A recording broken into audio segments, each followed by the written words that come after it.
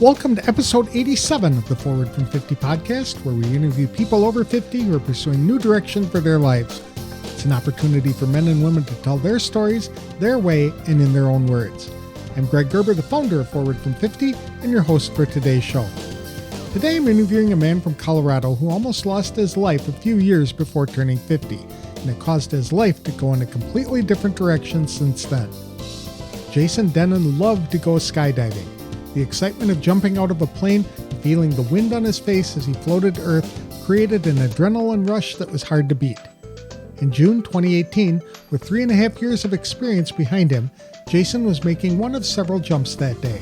Like all the other jumps he had enjoyed before, everything was going smoothly until a gust of wind grabbed his parachute when he was 150 feet off the ground.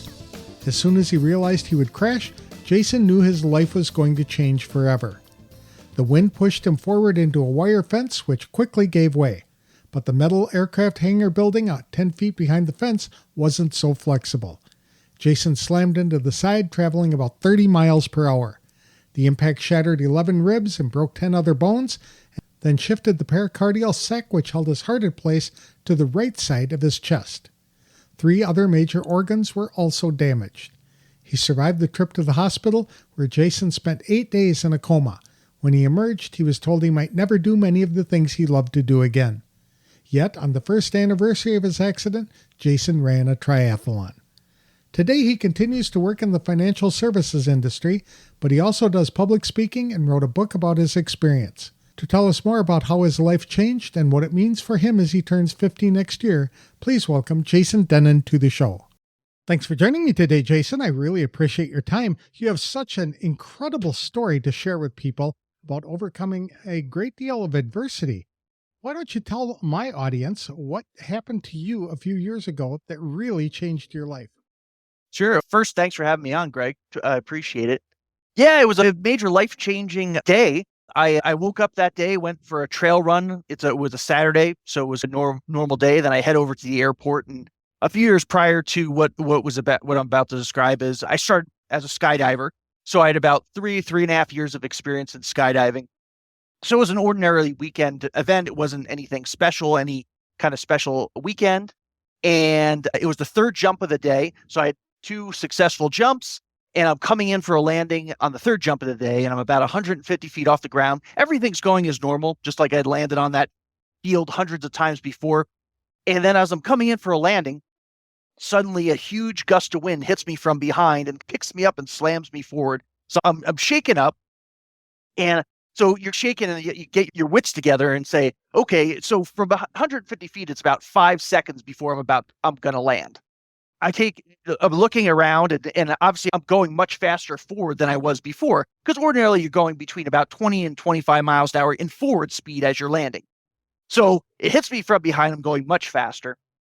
And I see the field below me that I landed on hundreds of times before. And behind that's a cattle fence, a wire fence, and 10 feet behind that is a row of airplane hangars, so big metal buildings. So as I'm coming in, and I would have landed far before that fence if I didn't get hit by the wind. But as I get hit by the wind, I'm thinking to myself, I'm not sure if I'm going to be able to land that fence or not.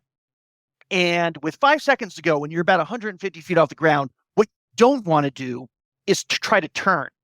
Because when you're under a parachute, when you turn, essentially you pull a handle towards the direction you want to go, and your parachute dives towards the ground, and that creates the turn. And now, if you do that at 2,000 feet and you lose 200 feet, no big deal.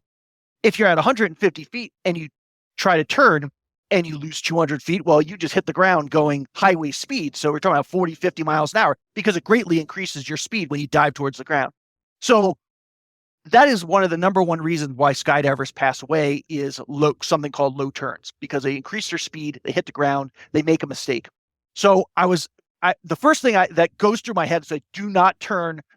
You won't survive a turn if you hit the ground from this with that speed going that you would create by trying to turn. So I just took a deep breath and tried to shake it out and go, okay, whatever's going to happen is going to happen. And I'm counting down those 5 seconds. And with about a second to go, I was like, there's no way I'm going to land before this fence. I'm carrying way too much speed and I'm going to hit it full force. So I hit this fence and it comes tight around my chest and my abdomen. So I'm closer to the ground at this point, but I'm carrying way too much speed. And it goes tight on my chest because I'm going about 30 miles an hour. And I break it within it just tightens up right away and I feel it break. So it didn't slow me down at all. And then 10 feet behind it is that airplane hangar. And I hit the airplane hangar full force going about 30 miles an hour. So I black out when I hit the airplane hangar. And what happens then is the people in the skydiving company that I go through, they were on the scene within seconds because they're about 100 yards away from where I crashed. And now I found out this months later, but the first thing they come up to me and are trying to see how I am, they see me, broken in a mess. They knew something was horribly wrong and I was having trouble breathing. But they start talking to me and say, "Jason, how are you doing?" And the first thing they said that I said, I was blacked out. I had no idea I said this. I said, "Don't call anyone. I'll be okay. Just give me a minute." And I think my body just went into really fight or flight mode where it was, it's almost like when you fall down and if you get up right away, you're like, everything's okay. Nothing's broken. And I think that's how my mind worked at that point. It was in default mode.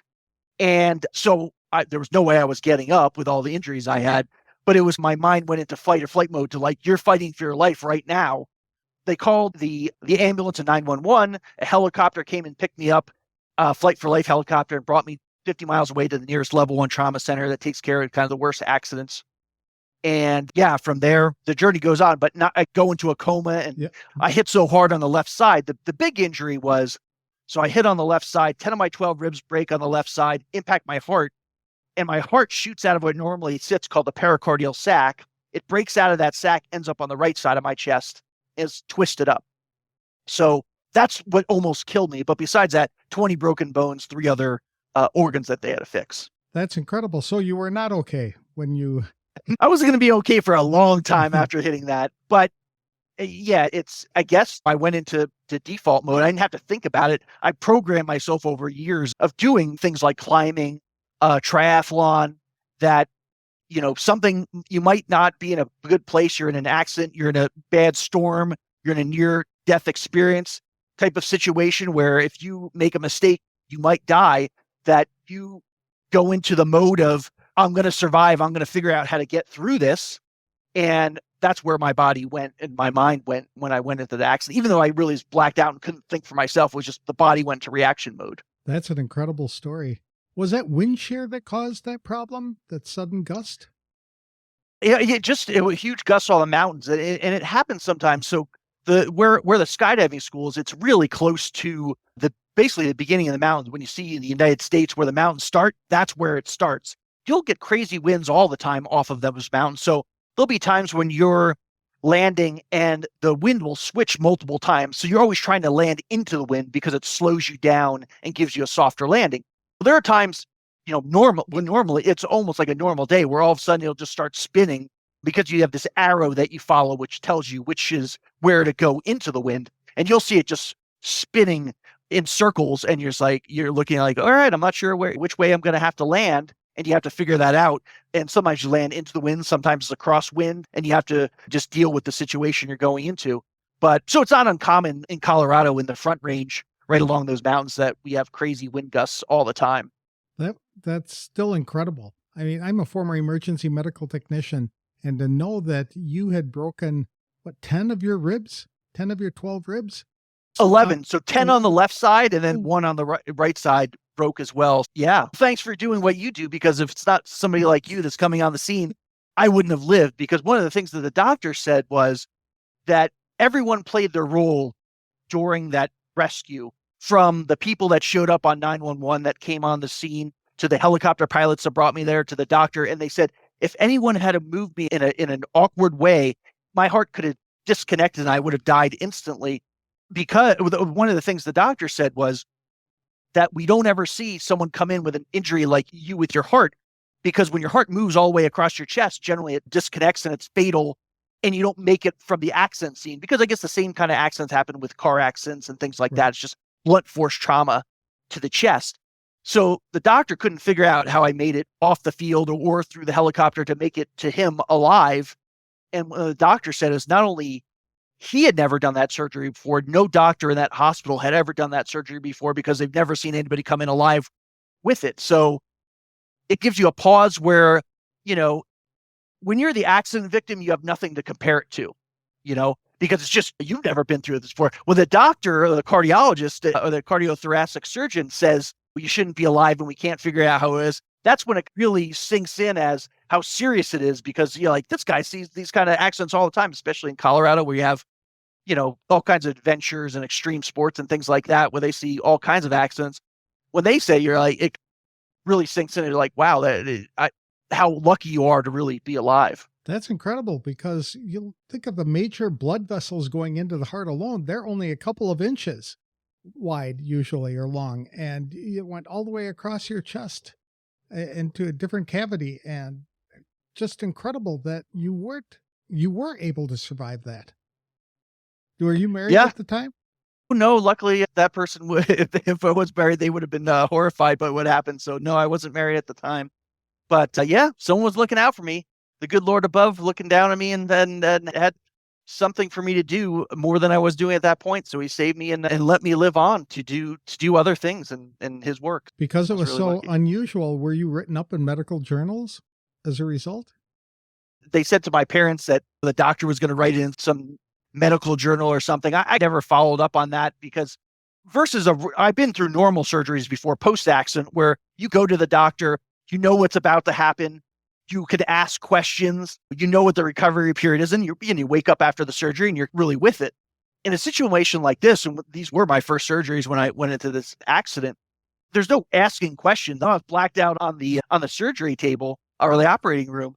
And when you wake up, I saw the cardiothoracic surgeon, I think once after I woke up from the coma. He made sure I was okay. And could he have been there back and forth when I was out of it? He certainly could have been. But you don't really have conversations that are coherent conversations with these doctors, because when you're waking up out of this coma that they put me in for 8 days, at first, there were times of the day where I was completely with it. And then there was times of the day where I couldn't, I was completely out of it, because my family would come in the next day and I described something that happened. I said, did that really happen, or was I hallucinating that? And they would have to clear it up for me. And that lasted for a couple of weeks. So you really can't, you're just being and trying to hang on at that point when you wake up from that coma. So there's not really a deeper thought process of asking these deeper questions of what's going to happen. Or I was happy to be alive. I wasn't really think of his medical journals or any of that. In addition to problems with your heart and chest cavity, I would have imagined you had a heck of a concussion as a result of that too.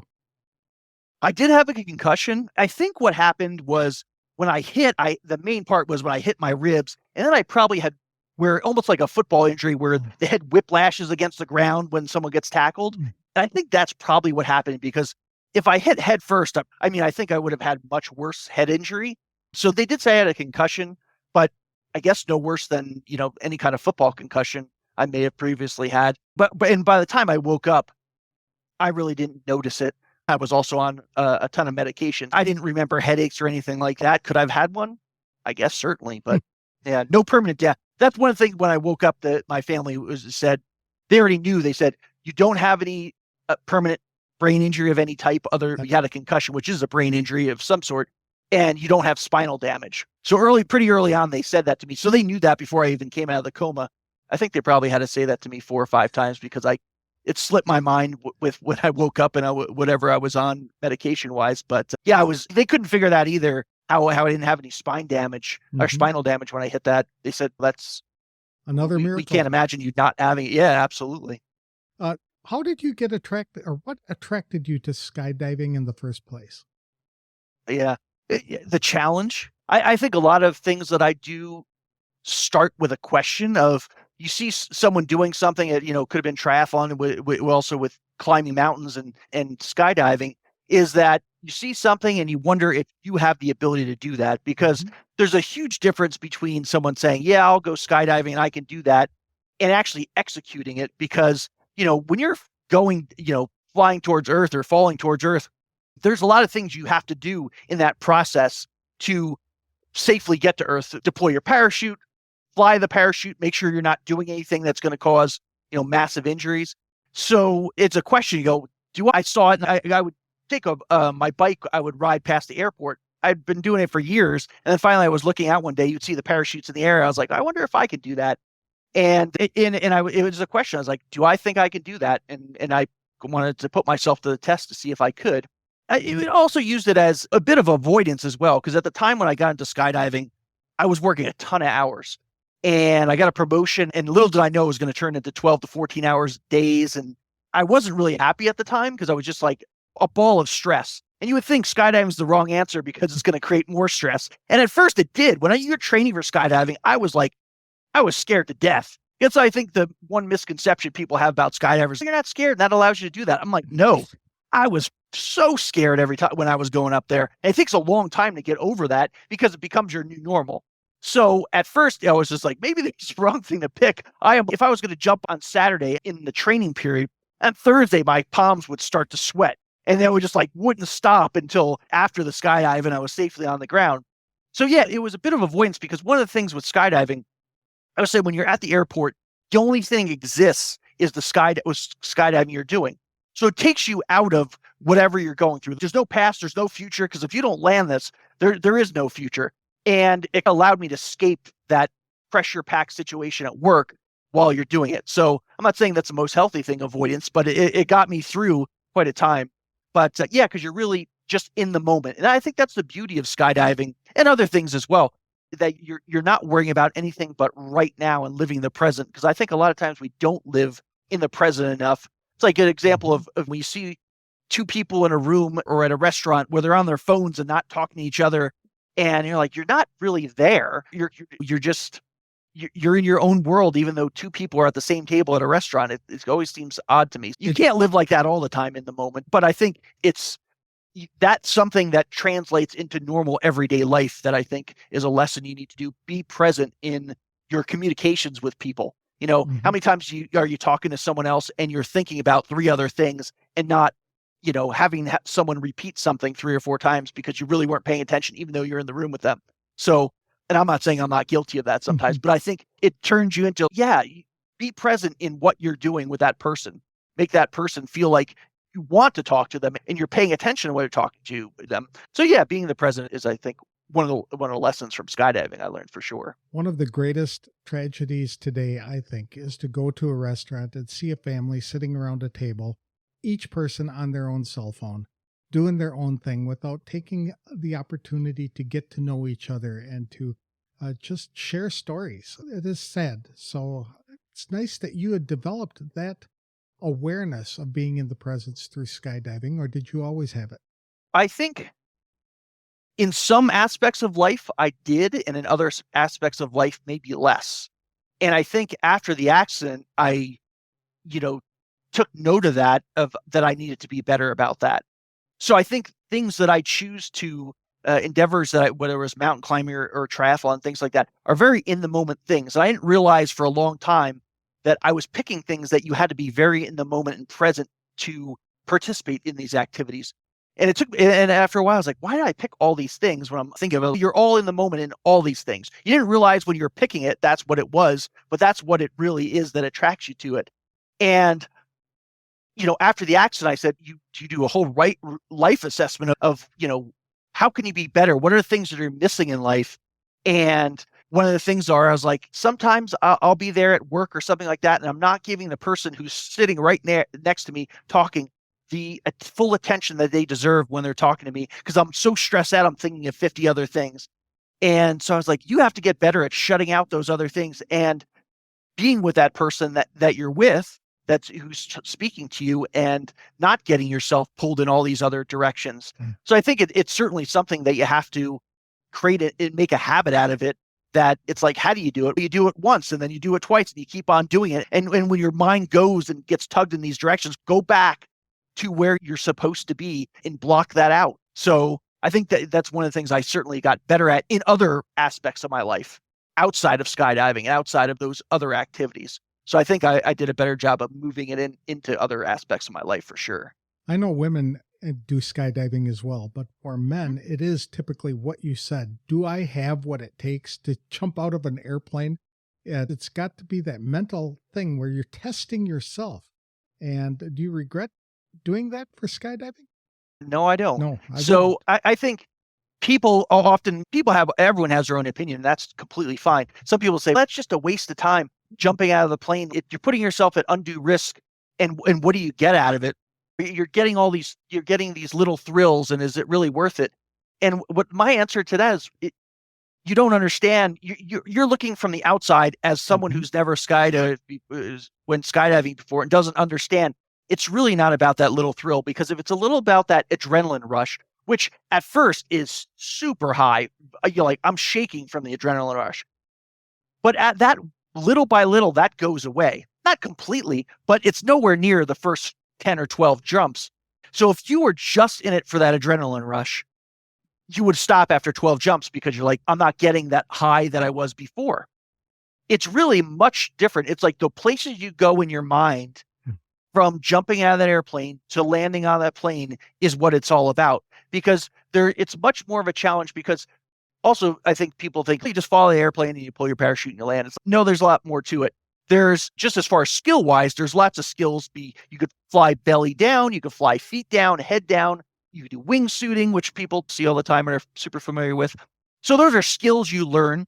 There's bonds you have with other people because there's lots of people you skydive with that you may have never come across in life, or are from a completely different way of thinking, political background, everything that you jump with, and you're like best friends with, you're jumping with them, and you have incredible bonds with these people that you're jumping with. And there's also tons of lessons to be learned with skydiving that really translates to other parts of your life that has nothing to do with skydiving. Being calm in stressful situations and making decisions, because one of the worst ways to make decisions when you're hijacked emotionally, because you make an emotional decision, and that's not the best way to make a decision generally. So making decisions like that, learning how to make decisions, because you could be emotionally charged. When's the first time your parachute fails and you have to get rid of that and pull your reserve parachute? If you freak out, you're going to hit the ground and you're not going to live. And can you hold it together and not get emotionally hijacked with that freaked out situation? Go, I need to do the things that I need to do to save my life right now. And I could deal with that emotion later. But if I deal with the emotion now, or you have the never say die attitude when you're coming towards the ground and something bad's happened with your malfunction in the parachute, and freaking out's not fixing it. Staying calm and going, I am not going to stop trying to fix this until I touch down to the ground, because I want to save my life, because that's happened before too, outside of this accident, when you had malfunctions with your parachute. You sure do have to think quickly on your feet or in the air at the split second to make some of those decisions. I've also talked to skydivers who love to do it just because it's so peaceful out there when you get up. How high are you typically when you're jumping out of the plane? Typically 12,500 feet above the ground. Yeah, one of the most freeing feelings, or at least for me, one of my favorite parts, is when you first exit the aircraft and you jump out of the plane, and it's just like, it is the most freeing feeling you can feel. It's just like you don't have a worry in the world. It feels amazing. So yeah, that's something that's absolutely true. It's amazing. Or when you're in a wingsuit, when you have this, people are using the squirrel suit, where they have wings underneath their arms and their legs, and when you jump out and then you open up your wings and start flying in a forward speed, it's not exactly like being a bird, but probably as close as we can get. And when you're flying in forward motion, to feel that, and you're seeing the ground coming below you and you're flying in a forward speed, it's hard to beat. Yeah, but on top of that, there's a responsibility that goes with it. It's not just you don't do whatever you want, because or not paying attention to what's going on, because you have other people flying with you. So you're dealing with other people's safety, because if you do something that you shouldn't do, you could hurt someone else inadvertently. So yeah. Attention to detail would also apply, because you're packing your own chute as a general rule, right? Yeah. As you get more experience, generally you're packing your own parachute.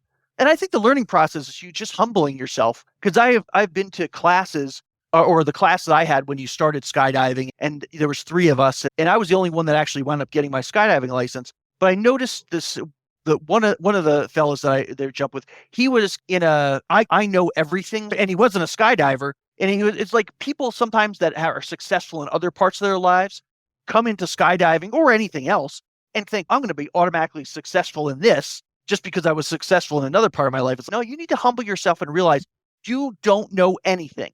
And the instructors are there to teach you how to save your life, and you better listen. And I noticed the people that didn't want to listen or thought they knew it all going in, even though they didn't know anything, were the people that didn't get through the training class or didn't get too far and they quit because they didn't like the hit to their ego that all of a sudden they're important somewhere else, but no one cares about that you're important in business. And all of a sudden you're skydiving. You're nobody here. Exactly. You're here to listen and learn. And I think that's a huge lesson when I looked upon everyone. And because I was never afraid to admit, I was like, I'm scared. And I was like, the first time for the first 20 or however many it lasted, it was like, yeah, it's scary. Mhm. And I'm not ashamed to admit I'm scared right now. And asking questions of people, going, ask the experts. They'll help you through it. It's incredibly helpful, especially to the new people, and they want to make sure they're safe as well, even if they're not an instructor. So I think humbling yourself when you're learning something new was a huge lesson as well. What do you do for a career? I work in the financial industry, so 401ks, retirement plans for big institutional customers. Okay, so a desk job. So being out in the open air of a skydive would be a treat for you. Oh, for sure. It's and I'm an outdoors person in general. I've climbed lots over the years, hiked, backpacked, ice climb, rock climbs, mountains, triathlon, all those things. So I really do enjoy the outside. So I'm racing to get outside after work, especially when the weather's nice. A lot of people have had close calls with their life. I'm sure of that in different situations. But you have a daily reminder with the scars. So you are Oh getting yeah. ready in the morning and you're looking at those scars. And what message does that convey to you? Yeah. When I was going into the accident, like I said before, I was working crazy hours, like 60, 70 hours a week. And I felt like I lost purpose in life. It's every day I was working and I was like, how am I going to get through this next day? I'm so stressed out. I could never make it through a night of sleep. I was like staring at the ceiling at 3 a.m., can't go back to sleep. And like, how am I going to get through the next day of all these things I need to go through? And the financial industry can be pretty stressful. And I'm thinking, I'm just like, man, I'm miserable. I'm doing the skydiving because it at least gets me away from that and makes me not think about that for a while. But like I said, I lost purpose. I had a long list of things I wanted to do, like volunteer, and I never got to any of it because I'm working all these hours. And I'm just trying to get through the day. And so when I get into the accident, I'm just like, I feel like I've lost purpose in life. There's more for me to do in this life than I'm doing now. And I'm trying to figure this out at the time of the accident. Most people don't intentionally make decisions that get them away from the things that are most important to their lives. Like, yeah, if you ask somebody what's the most important in your life, family and friends and things like that, you get into a career, all of a sudden you get pulled into all these different directions. And it's like you make all these thousands of decisions that you don't realize what the weight of them are at the time, because it's not one decision that's going to take you away from the things that are most important, but it's 1,000 decisions that slowly take you away from Mhm. what's most important. And so that happened to me. And when I wake up from the coma, the first thing you're thinking of is like, I didn't spend enough time with my family and friends. Like when people ask me, like, what do you think of? And what goes through your mind? It's like the most important people are the things that you say are most important. You better take care of, because if you don't, those are the things you'll be regretting. And luckily I got a second chance at life Mhm. to be able to correct some of those things where I was taken away from, where I made decisions unknowingly to get away from the things that are most important with family and friends. And some people don't get that second chance. And maybe they're near end of life and maybe they're, I realize I have lived the last 60 years incorrectly and I can't do anything. It was recently, Steve Jobs, I think he died of liver cancer, I would have 7 or 8 years ago or whatever it was. But someone posted something that said he's on his deathbed from cancer. There's no recovery at this point. And he says, all these billions of dollars don't mean anything because I don't have a relationship with my daughter. I don't have a relationship with my daughter's mother. Mm, And it's too late. I can't fix any of that. And that's really sad. it is. That's And regret. and something you can't fix. And some of my message to other people is like, I lived through it.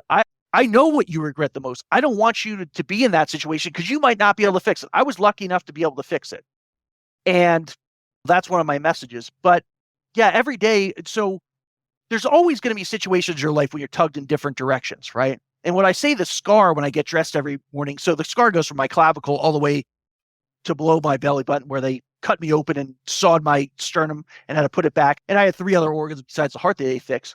So that's a scar that's never going to go away, but I'm glad it's never going to go away because I look at that and go, you have a greater purpose in life. You got saved by a miracle, and you need to do something with this every day. So it's a constant reminder, because you're still going to get pulled in other directions. Because it's like you come up with this grand plan when I'm laying in the hospital, not being able to move, going like, you need to be better about this. But I knew at some point I was going to go back to a job because I'm not independently wealthy, and I'm going to have to put a roof over my head and food. And you're going to get pulled in different directions. For the real test is not having this grand plan that can't fail. It's going, you're going to get pulled in different directions. You have to be prepared for that. You're not going to be perfect. You're going to still get pulled in direction. But that scar, when I look in the morning, goes, okay, you got pulled off direction yesterday, or maybe you got pulled off in a wrong direction for a week. Come back. You remember what it feels like when you woke up from that coma and regretted wishing you spent more time with your family. You don't ever want to have that again. You got brought back for a greater purpose, and you need to fulfill that purpose. Because part of the purpose, besides spending more time with family, is like when you go through this situation of this, near death. And one of the things on my list that I wanted to do was volunteer at a hospital, but I was like, I don't have any kind of skills. And this is before the accident. So after the accident, I go, I oddly have this weird set of skills of going through this and maybe I have something to give back to somebody else going through a hard time. It doesn't necessarily need to be the hospital. Other people are struggling in many different ways. Maybe lost the life of someone they love. It could be a physical car accident or something like that. And what could I give back to somebody? And there's no way I could have understood how it would be to go through the toughest thing in your own life unless I went through that myself. When I'm in the hospital, people would ask me about the accident all the time. So I must have told it like 50 times in the first couple of weeks of waking up. And at first I was like, maybe they're just checking my mental state and if I can remember what happened. Because as soon as, I swear to you, like within a day, someone asked me like, well, what happened? And I told them exactly what happened. And after a couple of times, like, I don't think they're asking me because they're seeing if I have the mental recall. But every time I would tell the story, at first it weighed heavily on me because I was going PTSD, because you're laying in this bed. I can't move for 3 months. I'm basically immobilized laying in a bed. You're thinking of, there's not a lot of distractions besides the pain, and you're trying to reinvent yourself, become back better than you were before. You're thinking of the accident while you're laying there, so you're reliving it over and over again. And so felt like for a while like a burden. And then one night everything changed, and I started thinking about the story, and I go, this is not a burden. There was a gift given to me, because I realized every time I told the story, I stopped thinking about how it made me feel. I started thinking about how the way the person I told the story reacted, because I would say, tell them what happened. And I go, I'm not sure what's going to happen. I'm not sure if I'm strong enough to come back from this. So I was confessing my doubts, and they would start sharing something about their own lives. And I'm just like, there's no way they would have shared about their life unless I was willing to be vulnerable and tell them exactly what happened to me and the doubts that I'm having. And I started thinking, I was like, that's something that I would have had unless this happened. I started thinking about it as a gift. I was like, you need to use this in some way to help somebody else. And then, it develops from there. But that was the first signs of what the power of the story, and how that can help you help other people. What did you do with the second chance of life? Is there any specific purpose that you embraced besides sharing your story? Yeah, it's helping other people getting through those tough times. I think people oftentimes don't give themselves the full credit of how strong they are. It's easy to say that person has strength that I don't have when you're going through a tough time. Or you see something that's someone who's successful at something, and it's easy to say they have skills that I don't have. When in reality, that's not true. You're just not giving yourself the credit for that. And one of the messages is that you are stronger than you think, and you can get through things. I think one of the things really is breaking down and sharing my story. But my story, it's not about, I would say my story is not about skydiving or about eventually when I race the triathlon again. It's really about something unexpected happens to you, and how do you get through that tough situation? And that's really the transferable thing when I talk to people about them going through that tough time when they're in it. I think one of the things that, at least for me, that happened was when you're laying in the bed and I'm all broken, it's so overwhelming that you're going through, and it seems so difficult. You're like, how do I even start? And there came a day where I said, you can't fix this in one day. That's not possible because I'm laying there going, oh, I'm just going to get up and walk one day. And that was probably the medication talking. But I was just like, just find something small to do today. And then tomorrow I'll find something small to do. Because at this point I'm laying in bed and all I can move is my right wrist, which to feed myself. And that's really it. I can't move. And I was like, stop feeling sorry for yourself because that's not going to make you any better. And one of the things is really following or falling back on your foundation that you built. Because all those things that I did, racing triathlons, climbing mountains, all those things were 100% transferable to coming back from this accident. It wasn't the same, but the mindset was exactly the same. Because when you go into a race, you pick a race maybe 10 months in the future. And on day one, you're not anywhere close to getting in race condition to finish that race. But it's every day you do something. And then all of a sudden, you little by little, and sometimes it's so small, the gain you make every day, you can't even notice it. But then, after 10 months, you're so much further along. So I took that same mindset when I was coming back from the accident. I was like, it's just like racing. And when I was laying in bed, my dad said that. He goes, this is going to be just like one of your races. And I didn't even understand that at the time because that was like within an hour of me waking up from the coma. But it stayed with me. And I was like, oh, he just means you have to do something every day. And just like training for your races over all those years. And you don't know exactly where you're going to get, but you have a plan put together to overcome this. So and a lot of times, oh, go ahead. Sorry. You were running races before the accident. Is that correct? Yeah. I had done, I don't know, 50 or so triathlons and endurance runs and climbing mountains, which is similar in some ways as far as testing your endurance. So yeah, I had the mindset already instilled, and that's what I call the foundation of. I didn't magically just come up with how do you get through this. And one of the things I say to other people as far as when they're going through that tough time, or they're trying to, or they say, I don't think I have that foundation built when something comes. So, well, what do you do? So choose something you might not like, or that you don't think that you're going to have a hard time doing, and pick it and just see it through. So if you're not a runner and you hate running, just pick a 5K, right? 3.1 miles. You don't have to be the world's best runner, but just do it because you overcame something you had never done before. You're not going to feel comfortable. You're not going to exactly what to do on day one. You're not going to know how to feel. And that's all about all these challenges you go through. It's not comfortable, and it never is going to be. Mm-hmm. But that's when you're pressing yourself to improve on who you are. It's going to be uncomfortable, and it's working through it. You might have fear but fear is two things. Fear can either hold you back from doing something that you are capable of, or it's there to protect you.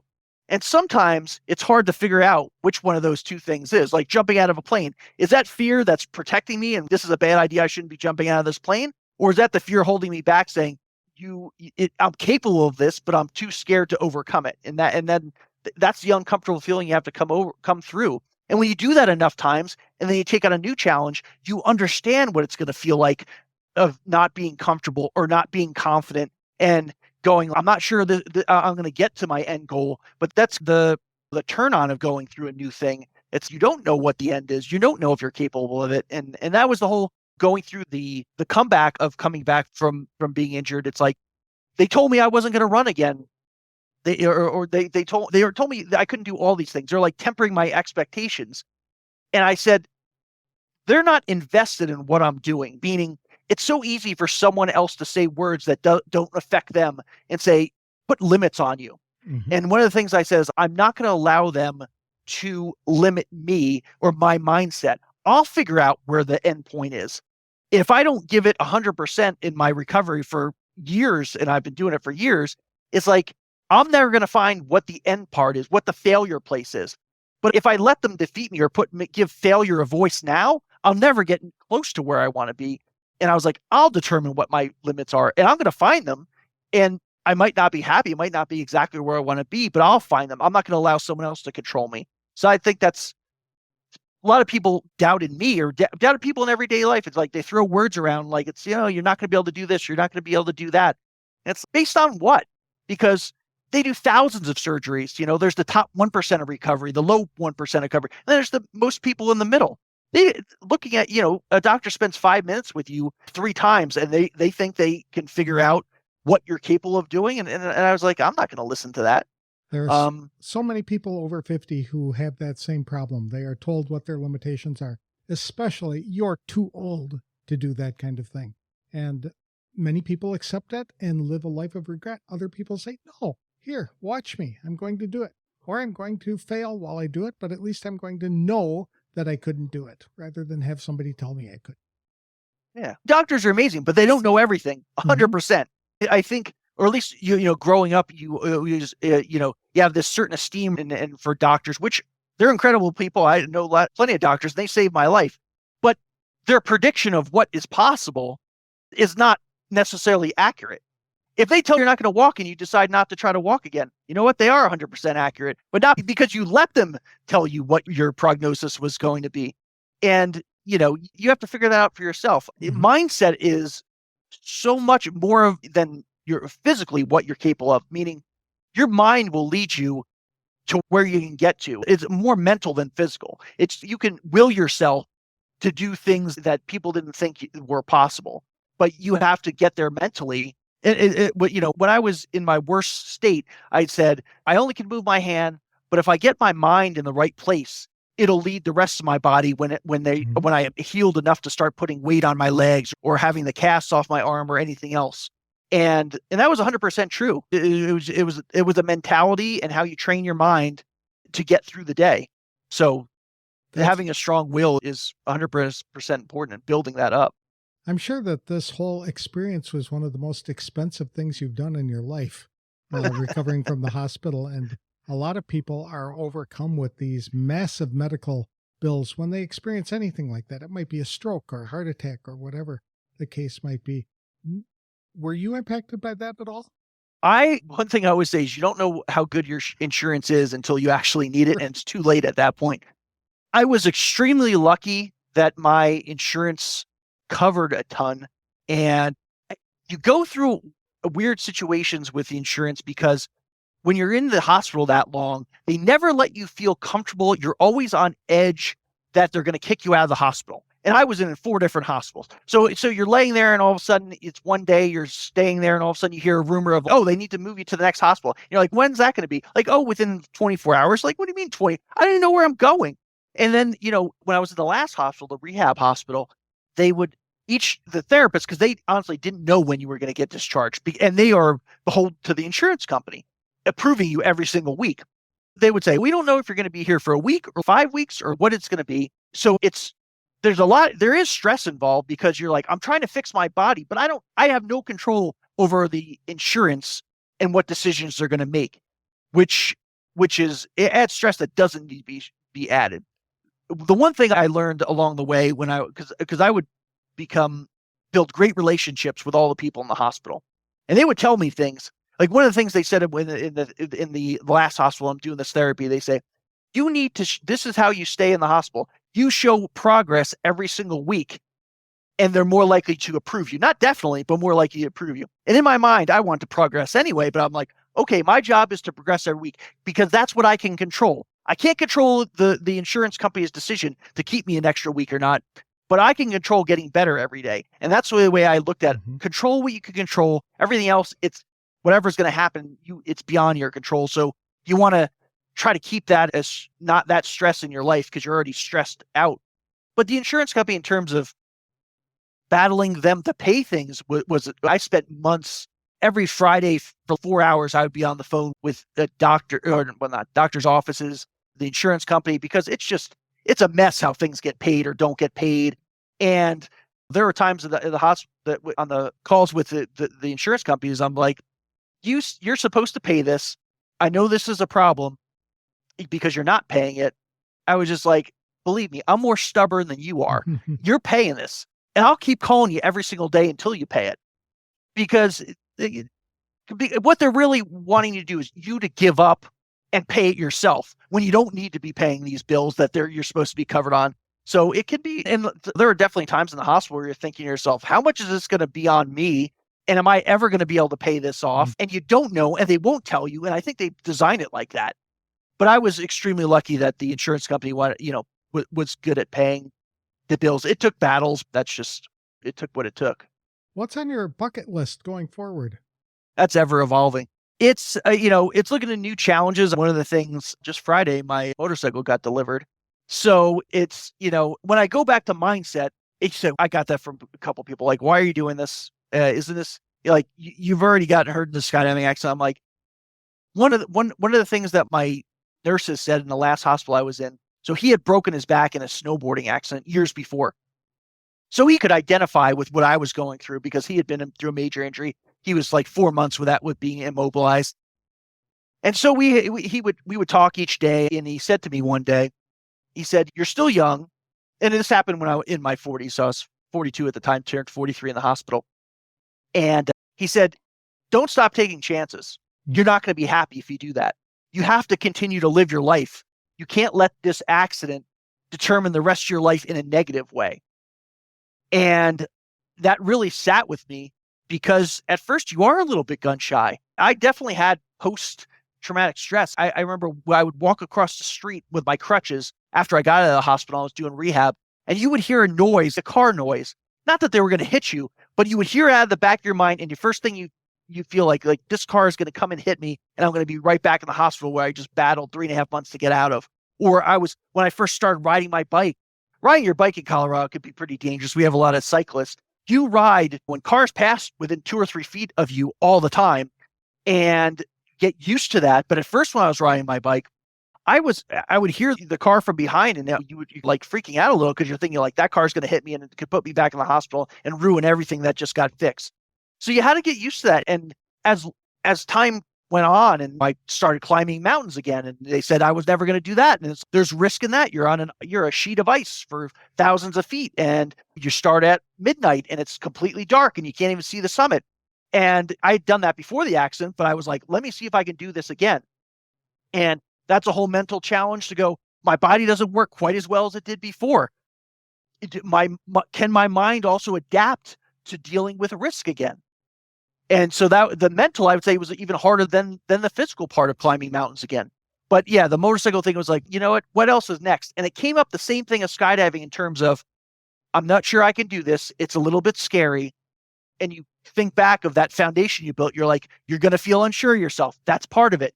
You're going to have to practice and humble yourself. That's a part of it, because you're not going to just go out on the motorcycle and be haphazard. And I'm not looking to get injured for sure, but it's the same kind of mindset where you're in the moment. That's the same as skydiving. Motorcycle, you're in the moment. You have to be aware of everything else that's going around you, but it's a journey, and it's going to include, traveling to beautiful places on the motorcycle. So it's a different way of exploring from a physical aspect. It's also mentally exploring what you're capable of. And I don't mean going 150 miles an hour. I have really no interest in going 150 miles an hour, but just in terms of seeing beautiful things, and you're in a meditative state as well in some ways. You got to be paying attention, but similar to running as well, where things are going through your mind at the same time when you're in a relaxed state. So it's always finding a new challenge, because I guess I don't know how to live without having some sort of challenge that you're building towards and training towards. I think that's just an important part of life for me, at least. A lot of people have skydiving on their bucket list. Will you go skydiving again? Early on, and before I even could get out of the bed, my mom came up to me and she said, "Can you promise me one thing?" I was like, "Oh, this is going to be something weighty if she's going to, I can't even move yet." And she just said, "Can you promise me you're not going to skydive again?" And the reality of being in that bed, besides rebuilding myself, there was a tremendous amount of guilt. Not anybody else placed it on me except myself. My parents and my family never said, "We wish you didn't skydive," and didn't blame me for anything. But I felt horrible because I'm like, I can't imagine what it must have felt like when they got the call saying your son might not live, or when they saw me in the coma. And I said, okay, I can't imagine what they would feel like if they knew I was skydiving on a Saturday after what had already happened. So it's like, you know what, there's lots of other things to do in life, lots of other things to learn. Maybe I learned exactly what I needed from skydiving, because it also helped me survive all those skills, the accident and everything else. And it helps me in the everyday life all the time. The things I've learned from there. I was like, there's other things I need to do. It wasn't my job. It wasn't the way I made income. So there was no reason I had to go back. So I promised I wouldn't go. So I haven't skydived. Do I hear the plane going overhead sometimes and wonder, oh, everyone's jumping out of the plane is fun? Sometimes I do. As far as the farther you get away from it, the easier that gets. Would you encourage others to do it? Oh, 100%. Good. That's I'd say there's 3.2 million skydives a year, and there's about 20 to 25 people that die. when you came to. And Go ahead. so I was just saying, and there, a lot of those people are people who are jumping 300 or 400 times. So if you're just going once and you're attached to an instructor, the chances of you getting hurt is pretty low. Could you get injured? Oh, 100, you could, but it's more about skydiving is not about skydiving. It's about overcoming mental hurdles. Sometimes the hardest thing is calling up and saying, I'm reserving my spot on Saturday.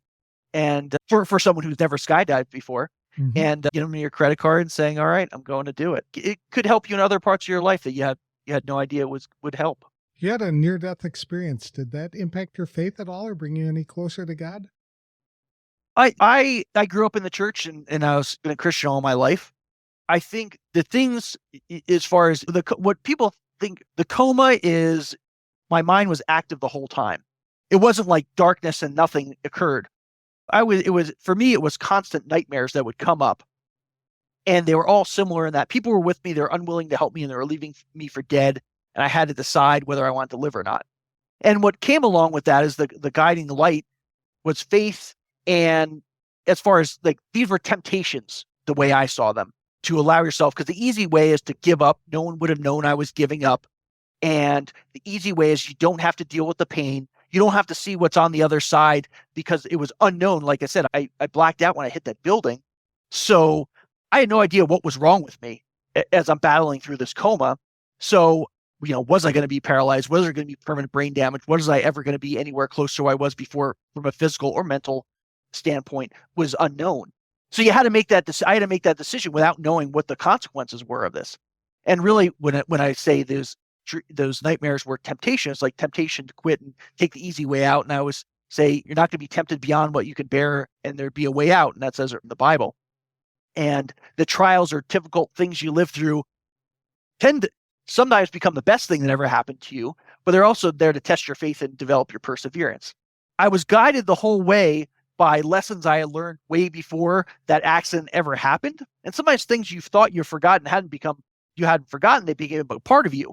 So it was it tests your faith and you become stronger because of it. It's like when you believe in something, right? You have blind belief, but then when you get shown that all these things you had learned are 100% true, and go out and then tell other people about it. So I think that becomes a big purpose in our life is have faith in God, and that's what got me through it. Besides the miracle that God had to save my life, and saying, hey, there's more I want you to do on earth, and you're gonna figure this out. You asked me to give you purpose again, and you have to trust the whole process as God has a plan in your life. You don't necessarily know what the end is. You have to have faith in that there's a plan for you. And when you hit that building, you either can run away from it or you go, no, this is part of the whole plan. This is not the easy part of the plan. But you have to trust in the plan, and you're going in a direction that's eventually going to lead you to something that has purpose again. And like I said, if I didn't hit that building, maybe I would be doing the same work, being stressed out and not being happy. And I wouldn't have gotten through that and still not having purpose. And the gift to me was giving me purpose of going like, you're going to use what you went through to help other people. And if I did not have faith in that, I wouldn't be where I am today. Yeah. So it's even. Do you have any advice for people over 50 who are struggling with identifying a purpose for their life going forward or pursuing their passions? Yeah. Well, it was thrust upon me in some ways to show me my purpose. If you don't hit the side of an airplane hangar, then there's other ways to find it. But I would say, really spend time thinking about, what you think, if you're looking for a purpose, of a greater purpose of what you think you're good at, what you think you can contribute. And, I would say like spending quiet time with yourself to really think through it. Right. I would say like just going for a walk does wonders for me as far as taking all these contraptions or social media, all these TV, all these things out. And you just walking gives you incredible clarity. And it might not happen at once. It might take you a lot of different times, but it always jogs my brain to the thinking. So thinking about things you're passionate about, and you might not on day one be anywhere close to getting to where you think you can get. Maybe you don't have the skills yet to do what you want to do. But like I said, little by little, figure out what skills you need to get to where you want. Find people that are doing those things and try to get more information or knowledge from them to get to where you want to go. Because I would say, like, having purpose in life makes it a heck of a lot easier to wake up in the morning when you're just like, I have a purpose beyond myself. Because when you have purpose beyond yourself, you have strength beyond your own strength to get that done. Yeah, I think don't be scared that you're not on day one, because on day one, when I'm trying to figure out how to help people, I didn't know exactly what I was doing. You're like, you pick a direction and then go, okay, I'm going to learn things from this direction. Then it moves a little bit further over from where I thought it was going to be. Like, I never thought I was going to write a book, and that turned into writing a book. That because there was other ways that maybe I wasn't helping, because if you're helping someone else, you have to go to where they need help, not where you think they need help. Mm-hmm. So I think just that quiet time of assessing what you think you contribute, as far as like other passions and things like that. If you have a little fear, I always say go towards the fear. It's like that being uncomfortable is going to make you grow, overcoming that fear or uncertainty, or not being scared to go, I don't know anything about this. I don't know anybody else who knows anything about this. That's how I didn't know anybody who was a skydiver before I went skydiving. I didn't know anybody who did triathlon before I triathlon. Same thing with climbing. I didn't know anybody. So how do you get into it? You just little by little, you figure it out, and then things open up to you as you go. And I was like, I'd be in more regret if I didn't try something than if I did. This skydiving ended in a crash. Do I regret that? I regret putting my family through it, but in terms of myself, no. You compiled all of your information and experiences, feelings, etc., into a book. Talk a little bit about that. Yeah, the book's called 8 Days Till Sunrise. So as I'm going through this journey of how do I help other people? How do I use this for good? And I started speaking at churches and things like that. And then I get finished with a talk, and then someone comes up to me afterwards, because people had said, you should write a book about this. But I was like, if it's a bit just about me, I'm not really interested in that. And so someone comes up to me after the service and says, my friend's going through opioid addiction, and I liked your message. Do you have anything I could give them? And at the time, this was like the third time I had ever spoken. And I was like, I don't. I'll go and visit them if you want, but they said they won't even open the door for you there. So I'm driving home, and I'm thinking the whole way home, I'm just like, maybe I could have helped that person if I had a book to give them at that point, because they could have read it at their own speed or whenever they wanted to. And I was like, I have to go towards what's going to help someone else out. So I go home and start writing the book. And the book is really, the whole point of it is to help other people going through that toughest time in their life, and sharing what helped me get through those things to help other people have that, go through that mindset, go through those lessons, and going like, this has helped me. I can't tell you exactly how to get through your toughest time, but I could say, this is what worked for me. And it's not about skydiving. It's not about athletic performance. It's all about these little lessons that, hey, I didn't expect to get hurt that day.